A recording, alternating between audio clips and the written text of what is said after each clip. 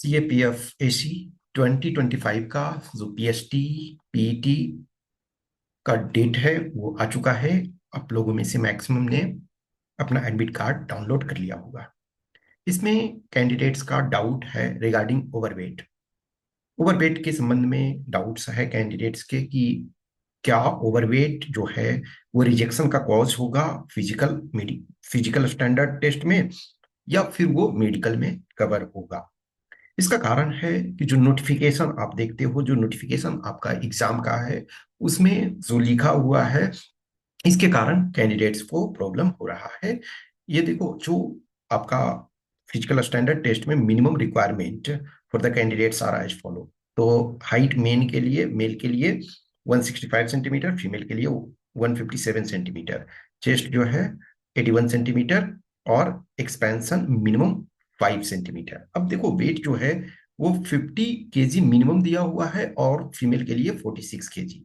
लेकिन यहाँ जो दिया हुआ more over the weight should be as per the height and age as mentioned in appendix second B.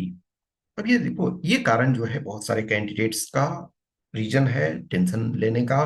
बहुत सारे कैंडिडेट्स का ये इशू है कि क्या इसी में हम ओवरवेट होंगे तो रिजेक्ट हो जाएगा। नहीं, इनफैक्ट आप एवरी ईयर के देखो, लास्ट किसी भी ईयर का आप नोटिफिकेशन लो, सेम ये लिखा हुआ रहता है कि weight should be as per the height and as.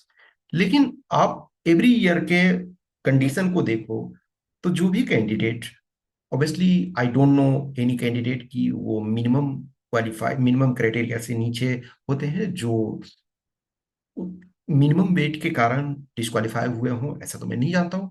Maximum candidates overweight होते हैं।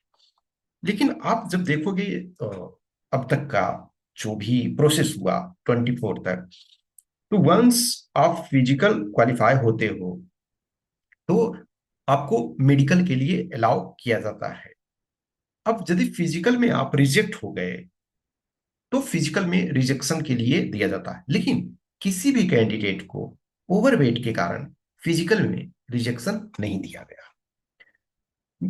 जो ओवरवेट का रिजेक्शन है वो मेडिकल कंपोनेंट में लिखा हुआ रहता है। सभी कैंडिडेट्स के ओवरवेट के इशू होते हैं तो वो मेडिकल कंपोनेंट में होता है। यस, पहले ये हो रहा था कि मेडिकल के बाद री मेडिकल में मिनिमम 45 डेज टाइम दिया जाता था। जो कैंडिडेट ओवरवेट है उनको 45 डेज मिलता था। इस बार क्या है आपका, अभी मीन्स आप 22 वाले बैच से देखो, तो जो मेडिकल है वो नेक्स्ट डे या next to next day medical के बाद रीमेडिकल होता है। तो कोई कैंडिडेट यदि ओवरवेट 10 केजी है तो आप 2 दिन में तो नहीं कम कर लोगे। सो अभी ये सिचुएशन है कि आपका जो मेडिकल होगा वो पर्सनालिटी टेस्ट के बाद होगा, इंटरव्यू के बाद होगा। तो जो ओवरवेट कैंडिडेट भी हो उनके लिए यहां रिजेक्शन नहीं होगा। लेकिन आप अपने लेवल से जितना हो सकता है कम करने की कोशिश करो, क्योंकि जो आप फिजिकल एक्टिविटी करते हो, चाहे वो रनिंग है, चाहे वो लॉन्ग जंप है, उसमें आपका यदि वेट कम है तो वो आपके लिए बेटर होता है। जैसे आप ध्यान रखो कि लॉन्ग जंप जो है वो सबसे चैलेंजिंग होता है।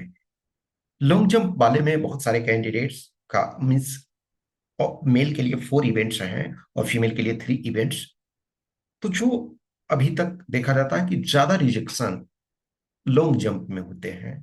हाँ, अब ये है कि ऐसा नहीं है कि हर बैच के लिए सेम रूल है, कि हर डे के लिए सेम रूल नहीं। किसी डे में हो सकता है कि रनिंग में ज्यादा कैंडिडेट्स का रिजेक्शन हो जाए, किसी में होता है 100 मीटर में ज्यादा हो गया, कभी 800 मीटर में।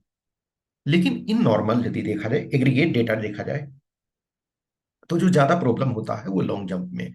हाउएवर लॉन्ग जंप में आपको 3 अटेम्प्ट्स दिए जाते हैं। रनिंग का भी एडवांटेज क्या है कि अभी विंटर सीजन है। विंटर सीजन में आप रनिंग करना थोड़ा इजी होता है। समर सीजन में थोड़ा सा चैलेंजिंग होता है। इनफैक्ट जब हमारे टाइम में मई मंथ में, तो मई मंथ में आप देखोगे कुछ एरिया में बहुत डिफिकल्ट हो जाता था। लेकिन अभी जो है ठंडे के मौसम में है तो आपके लिए वो अच्छा है। फिजिकल में जो है आपको लॉन्ग जंप वगैरह को थोड़ा सा ज्यादा करना है। लेकिन कॉन्फिडेंस सबसे जरूरी चीज है। आप कॉन्फिडेंट रहोगे तो बेटर है। तो जो वेट है वो आप लूज कर सक जितना कर सकते हो वो करो, क्योंकि जो इवेंट्स हैं, जो फिजिकल एफिशिएंसी टेस्ट के इवेंट्स हैं, उसमें आपको ये फायदा मिलेगा। ये देखो, जो आपके हाइट्स हैं, जैसे ये मेल के हैं, तो यहां तक तो देखो इसका कोई मतलब ही नहीं है, क्योंकि ठीक है ना। तो इनको यहां से आपका एक तरह से स्टार्ट, वैसे 165 सेंटीमीटर मिनिमम चाहिए, ठीक है ना। तो आप अपना एज, जैसे ये एज है 18 to 21, 22, तो यानी कि जो लोएस्ट जो फ्रेशर्स हैं, एकदम फर्स्ट अटेम्प्ट वाले, मिनिमम एज वाले, फर्स्ट अटेम्प्ट यहाँ भी हो सकते हैं लेकिन मतलब नॉर्मल, तो आप अपना देख लो। तो देखो ये मिनिमम और मैक्सिमम दोनों दिया हुआ है। अब कोई कैंडिडेट 166 सेंटीमीटर सपोज है, तो उनका मैक्सिमम यदि एज 22 तक है, अप टू 22, तो 60.5 होना चाहिए। 23 से 27 वाले में मेजोरिटी कैंडिडेट इसमें आते हैं, तो ये आपका मिनिमम 51 है। अब ये देखो यहाँ यदि देखा जाए, होना चाहिए 49.5 मिनिमम और 60, लेकिन वो मिनिमम आपको क्या कर रहा है, 50 चाहिए मिनिमम, ठीक है ना। यहाँ यदि इस ग्रुप में भी कुछ कैंडिडेट्स होते हैं, मीन्स कुछ क्या ठीक ठाक होते हैं, तो इसमें 65 मैक्सिमम है और इसमें 66.5, तो उसी आधार पे आप अपना देख लो। नॉर्मली सो अभी अलाउ किए जाते हैं 4-5 kg तक अलाउ किए जाते हैं, प्लस उसमें से जो जैसे जो पर्सन जिम कर रहे हैं, तो उनका जो मसल होता है वो बिल्डअप होता है, तो थोड़े से उसमें रिलैक्सेशन दिया जाता है। ये जो सेंटर हैं, जो वहाँ के इंचार्ज हैं, उनके ऊपर डिपेंड करता है। जो भी आपके मेडिकल टेस्ट जब किया जाता है, तो बॉडी टू बॉडी थोड़े से रिलैक्सेशन अलग अलग होते हैं, ठीक है। तो अभी जो सिचुएशन है, एवरी टाइम देखोगे सेम सिचुएशन रहता है, सेम इंफॉर्मेशन वो दिया हुआ रहता है कि जो बॉडी वेट आपका होना चाहिए वो अ, जो आपका चार्ट के अनुसार होना चाहिए। फीमेल के लिए आपका ये है, तो फीमेल का मिनिमम 157 है, तो ये ऊपर इसका कोई मतलब नहीं है। लेकिन इसमें से देखो, अब यदि आप यहाँ हाइट देखो और एज देखो, तो मिनिमम क्या है, 40.5। लेकिन यदि आप मिनिमम क्राइटेरिया में देखो, तो फीमेल का मिनिमम जो होना चाहिए वो 46 होना चाहिए, ठीक है। तो वैसे सिचुएशन में जैसे मान के चलो कि किसी का थोड़ा कम भी हुआ, तो वो कंसीडर उस आधार पे किया जाना चाहिए, ठीक है ना। और क्योंकि नॉर्मली जो होता है वो लोअर इंड में जनरली नहीं होते हैं, लेकिन चूंकि चार्ट के अनुसार दिया हुआ है, तो वो कम वाले को भी अलाउ एक तरह से करेंगे। एग्जैक्ट हार्ड एंड फास्ट वो नहीं होता, लेकिन हाइट में कोई कंप्रोमाइज नहीं किया जाता, ठीक है ना। वेट क्या है, वेरिएबल है। किसी के पास थोड़ा कम वेट है, तो आप उसको इंक्रीज कर सकते हो, आप उसको बढ़ा सकते हो, थोड़ा एक्स्ट्रा खाओगे पियोगे तो। जिसका ज्यादा है, ओवरवेट है, तो वो थोड़ा कम कर सकते हो एक्सरसाइज करके, डाइट को कंट्रोल करके। जिनके भी ओवरवेट हैं, वो आप अपना डाइट को भी बैलेंस रखो और फिजिकल एक्टिविटी भी करो। लेकिन डाइट को ऐसा नहीं है कि आप एकदम कम कर दोगे। जितनी आपको कैलोरी जरूरत है, तो कैलोरी लेने की कोशिश करो, स्लाइटली कम हो सकता है। लेकिन जो बल्कि फूड है, जैसे आप देखो प्रोटीन बेस्ड थोड़ा सा ज्यादा लोगे और कार्बोहाइड्रेट्स को थोड़ा सा कम करने की कोशिश करोगे, तो आप इसी आधार पे, जैसे ग्रीन वेज जिनका ओवरवेट है, तो green vegetable, leafy vegetable extra आप कंज्यूम करो, और कार्बोहाइड्रेट्स को थोड़ा सा कम कर दो, थोड़ा अपने अनुसार। जिनको ज्यादा प्रॉब्लम होता है, तो थोड़े से आप डाइटिशियन से कंसल्ट कर सकते हो कि 15 डेज या समथिंग का हमारा चार्ट बना दीजिए, और उसके आधार पे आपको फॉलो करना है, प्लस आपको एक्सरसाइज वगैरह प्रॉपर करना है। दूसरी बात है, इंजुरी अवॉइड करो, किसी भी कीमत पे इंजुरी नहीं होना चाहिए। ये एक बड़ा प्रॉब्लम होता है, किसी कैंडिडेट को इंजुरी हो गया तो आपके लिए प्रॉब्लम हो सकता है। काफी ज्यादा यदि इंजरी हो गया तो आप कर ही नहीं पाओगे इवेंट्स।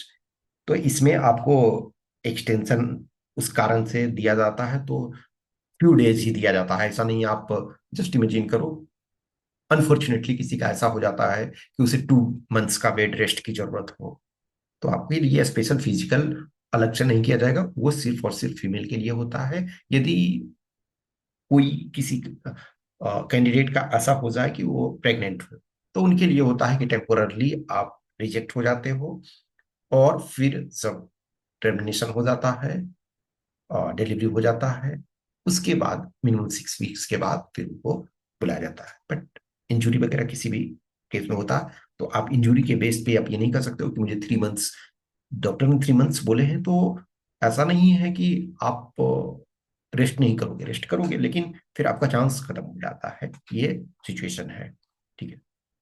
तो भी ओवरवेट वाले जितना हो सकता है उसको कम करने की कोशिश करो, लेकिन अपने डाइट्स को चेंज थोड़ा सा करो। जिनको लगता है, जैसे अब देखो, 4, 5, 6 kg एक्स्ट्रा यदि किसी का होता है तो उतना टेंशन ही लेने की जरूरत नहीं है। और ऐसे भी आपके पास टाइम होगा। इंटरव्यू पहले होगा, फिजिकल के बाद, फिर उसके बाद इंटरव्यू के बाद फिर मेडिकल होगा, तो आपके पास टाइम मिलता है।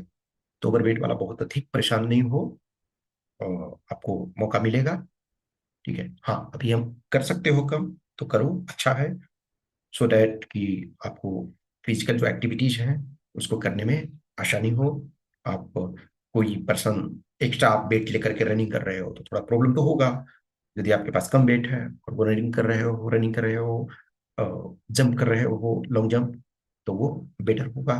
कम वेट करके आप ज्यादा आगे अपने बॉडी को थ्रो कर सकते हो, ठीक है। और धीरे धीरे जो भी इश्यूज आते जा रहे हैं मैं डिस्कस करता रहूंगा। कुछ भी क्वेश्चंस, क्यूरी, डाउट्स हैं तो आप में कमेंट कर सकते हो या मैसेज कर सकते हो, ठीक है। प्लस देखो, एक चीज ध्यान रखना कि मैं जो कुछ बोल रहा हूँ कि यस, ये सिचुएशन ऐसा है, लेकिन आपको मैं ऐसा नहीं है कि आपको एफिडेविट लिख करके दे रहा हूं। आपको जरूरत है तो लगता है तो आप यूपीएससी से कॉल कर सकते हो किसी चीज के लिए कंफर्मेशन। एक चीज जैसे इस बार देखो क्या हुआ कि इतना जल्दी फिजिकल और मेडिकल का मीन्स फिजिकल का इन द सेंस, इस बार मेडिकल बाद में होगा, तो इतना जल्दी नहीं डेट दे देते थे। आप 29th को देखो, लास्ट डे आपका था डीएफ को फाइनल सबमिट करने का, और आपका जस्ट 1 डे में आ गया। ऐसा नहीं होता था, कभी भी टाइम लगता था। तो मैं उस बेस पे मान करके चला था कि ठीक है, ये सारी चीजों को प्रोसेस करके उनको चेक करेंगे, तो may be 15 days 20 days time लेंगे, और मिड नवंबर में या मिड नवंबर के बाद किसी टाइम वो रिलीज करेंगे फिजिकल का डेट। लेकिन उन्होंने जस्ट 1 डे में कर दिया, तो इस वजह से आपका कम टाइम मिला। ये फर्स्ट टाइम ऐसा हो रहा है। तो कोई भी चीजें ऐसा नहीं है कि मैं कुछ बता रहा हूं तो वो हमारे पास, मैं शेड्यूल तो नहीं कर रहा हूँ ना, और यदि मैं करता तो ऑब्वियसली है कि टाइम देता दिसंबर में ही। लेकिन मैंने तो नहीं कर रहा हूँ, मुझे जो लगता है, मैंने मेरी जो एक्सपीरियंसेस हैं मैं उसके बेसिस पे कर रहा हूँ। जहां भी जिनको लगता है कि नहीं, हमें डाउट है, तो आप कॉल कर सकते हो अथॉरिटी को, आप यूपीएससी को कॉल कर सकते हो, इसमें आपको आईटीबीपी को कॉल कर सकते हो, ठीक है। Thank you.